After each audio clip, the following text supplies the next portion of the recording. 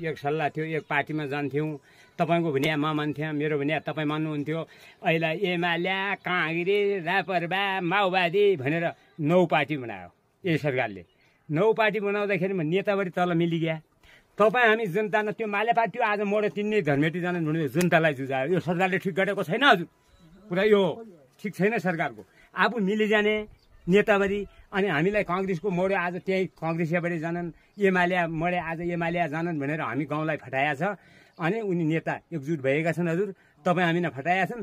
तपाईँ हामीले हाम्रो तपाईँ जान्ने केटा दाजुभाइहरूले अनि तपाईँहरूले के भन्नुहुन्छ त्यो भनेको हामी एकजुट हौँ। एकजुट भएपछि कोही पार्टीले केही गर्दैन। तपाईँहरूको भनेको इभोहरूको हामी मान्छौँ। पञ्चायती व्यवस्था हामी बुढा मान्छे हौँ, अहिले पञ्चायती व्यवस्था हटिगयो।